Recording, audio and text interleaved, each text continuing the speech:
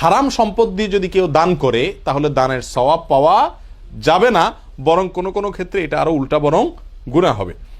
এবং আজকাল আমরা অনেককেই দেখা যায় যে নিজে সুদের কারবারের সাথে জড়িত, হয়তো তার সুদের ব্যবসা বাণিজ্য আছে এবং সেখান থেকে তিনি কি করছেন, দান করছেন। তো এরকম যদি কেউ দান করেন তাহলে সেই দান আল্লাহর কাছে কি হবে না, গ্রহণযোগ্য হবে না। নবী আলাইহিস সালাম বলেছেন, লা ইয়াকবালুল্লাহু সালাতান বিগাইরি তুহুরিন, আল্লাহ সুবহানাহু ওয়া তাআলা কোনো সালাত কবুল করবেন না পবিত্রতা ছাড়া। পবিত্রতা ছাড়া আল্লাহ কোনো নামাজ কবুল করবেন না। নামাজের জন্য পবিত্রতা যেরকম জরুরি, দানের জন্য যেই টাকাটা দান করবেন, যে সম্পদ দান করবেন সেটা হালাল হওয়া সেরকম জরুরি।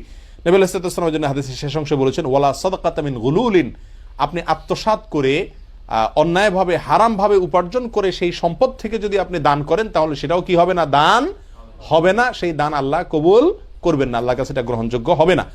অতএব যদি কারোর হালাল এবং হারাম দুই ধরনের ইনকাম থাকে তাহলে শুধু হালালটা থেকে যদি আপনি দান করেন সেটা আল্লাহর কাছে কি হবে, ইনশাআল্লাহ গ্রহণযোগ্য হবে, গ্রহণ হবে আল্লাহর কাছে।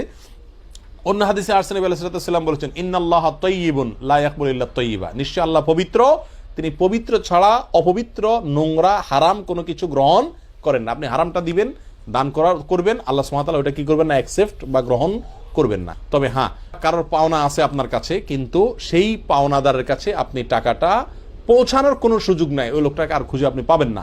এককালে হয়তো তার টাকা মারছেন বা রয়ে গেছে কোনোভাবে আপনার কাছে, কিন্তু এখন আপনি ফেরত দিতে চাচ্ছেন, তাকে আর পাওয়ার কোনো সুযোগ নাই, কোনো ঠিকানা নাই, যোগাযোগের কোনো নাম্বার নাই, তার বংশধরদেরকেও পাওয়া যাচ্ছে না। এরকম যদি হয় তাহলে সেক্ষেত্রে যেই পরিমাণ টাকা তিনি পাবেন সেই পরিমাণ টাকা আপনি দান করে দেওয়া জরুরি। টাকাটা কিন্তু আপনার না, টাকাটা আরেকজনের। হয়তো আপনি চুরি করেই নিছেন বা অন্যায়ভাবে তার কাছ থেকে নিছেন, কিন্তু তখন আল্লাহর ভয় ছিল না, এখন ভয় আসছে, কি করবেন? এই টাকাটা দান করা জরুরি, কিন্তু এই দানের সময়ও সওয়াবের নিয়ত আপনার থাকবে না। সওয়াব পাবে কে? যিনি টাকার মালিক, তিনি সওয়াব পাবেন। আমরা মনে করি যে জোয়ান বয়সে বা যখন টাকা কামায় সুযোগ আছে, পয়সা আসতেছে, মাছ যেরকম আসলে ধরা লাগে, এরকম পয়সা আসলে ধরে নি, হালাল হোক আরাম হোক পরে দেখা যাবে, পরে এবার দান দক্ষিণা করে মসজিদ মাদ্রাসা দিয়ে আল্লাহরে খুশি করে ফেলবো। মানুষের চোখে দুলা দেওয়া যাবে, কিন্তু আল্লাহ সুবহানাহু ওয়া তাআলা দেখছেন আপনি কোত্থেকে কামাই করছেন। বিদায় হারাম সম্পদ দিয়ে দান করলে আল্লাহ তাআলাকে খুশি করা যাবে না। আল্লাহ তাআলা আমাদেরকে হালাল থেকে দান করার তৌফিক দান করুন।